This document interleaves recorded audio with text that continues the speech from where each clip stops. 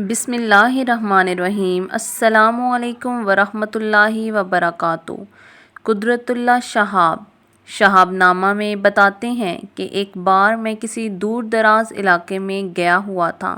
وہاں پر ایک چھوٹے سے گاؤں میں ایک بوسیدہ سی مسجد تھی۔ میں جمعے کی نماز پڑھنے اس مسجد میں گیا۔ وہاں ایک نیم خواندہ سے مولوی صاحب اردو میں بے حد طویل خطبہ دے رہے تھے۔ ان کا خطبہ گزرے ہوئے زمانے کی عجیب و غریب داستانوں سے بھرا ہوا تھا۔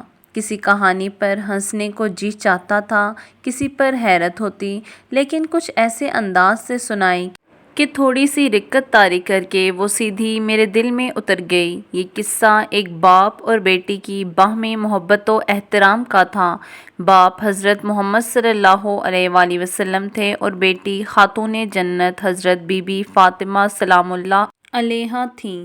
مولوی صاحب بتا رہے تھے کہ حضور کریم صلی اللہ علیہ وآلہ وسلم جب اپنے صحابہ اکرام رضوان اللہ علیہم اجمعین کی کوئی درخواست یا فرمائش منظور نہ فرماتے تھے تو بڑے بڑے برگزیدہ صحابہ اکرام بی بی فاطمہ رضی اللہ تعالیٰ عنہا کی خدمت میں حاضر ہو کر ان کی منت کرتے تھے کہ وہ ان کی درخواست حضور اکرم کی خدمت میں لے جائیں اور اسے منظور کروا لائیں۔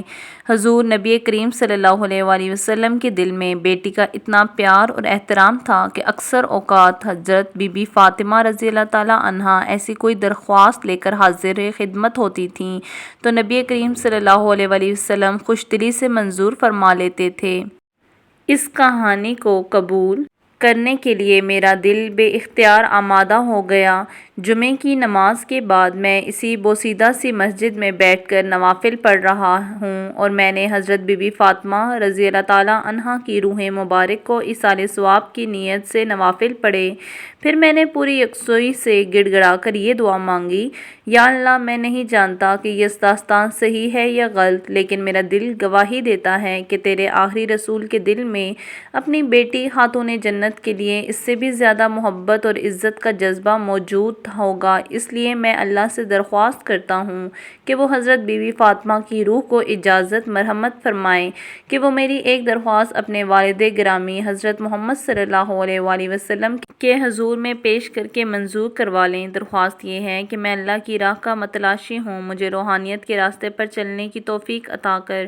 اس بات کا میں نے اپنے گھر میں یا باہر کسی سے ذکر تک نہ کیا۔ 6-7 ہفتے گزر گئے اور میں اس واقعے کو بھول بھال گیا۔ پھر اچانک 7 سمندر پار کی میری ایک جرمن بھابھی کا ایک عجیب خط موصول ہوا، جو مشرف با اسلام ہو چکی تھیں اور نہایت اعلیٰ درجے کی پابند صوم و صلاۃ خاتون تھیں۔ انہوں نے لکھا تھا: رات میں نے خوش قسمتی سے سیدہ فاطمہ الزہرا بنت رسول صلی اللہ علیہ وآلہ وسلم کو خواب میں دیکھا۔ انہوں نے میرے ساتھ نہایت تواضع اور شفقت سے باتیں کیں اور فرمایا کہ اپنے دیور قدرت شہاب کو بتا دو کہ میں نے اس کی درخواست اپنے برگزیدہ والد گرامی حضرت محمد صلی اللہ علیہ وآلہ وسلم کی خدمت میں پیش کر دی تھی۔ انہوں نے ازراہ نوازش منظور فرما لیا۔ یہ خط پڑھتے ہی میرے ہوش پر خوشی اور حیرت کی دیوانگی سی طاری ہو گئی۔ مجھے یوں محسوس ہوتا تھا کہ میرے قدم زمین پر نہیں ہیں، میں ہوا میں چل رہا ہوں۔ میرے روئیں روئیں پر ایک تیز و تند نشے کی طرح چھا جاتا تھا۔ کیسا عظیم باپ حضرت محمد صلی اللہ علیہ وآلہ وسلم اور کیسی عظیم بیٹی سلام اللہ علیہا۔ 2-3 دن میں اپنے کمرے میں بند ہو کر دیوانوں کی طرح اس مصرعے کی مجسم صورت بنا بیٹھا رہا: مجھ سے بہتر ذکر میرا ہے کہ اس محفل میں ہے۔ اس کے بعد کچھ عرصے تک مجھے خواب میں طرح طرح کی بزرگ صورت ہستیاں نظر آتی رہیں، جن کو میں نہ تو جانتا تھا، نہ ان کی باتیں سمجھ میں مجھے آتی تھیں اور نہ ان کے ساتھ میرا دل بھیگتا تھا۔ پھر ایک خواب میں مجھے ایک نہایت دل نواز اور صاحب جمال بزرگ نظر آئے، جو احرام پہنے ایک عجیب سرور اور مستی کے عالم میں خانہ کعبہ کا طواف کر رہے تھے۔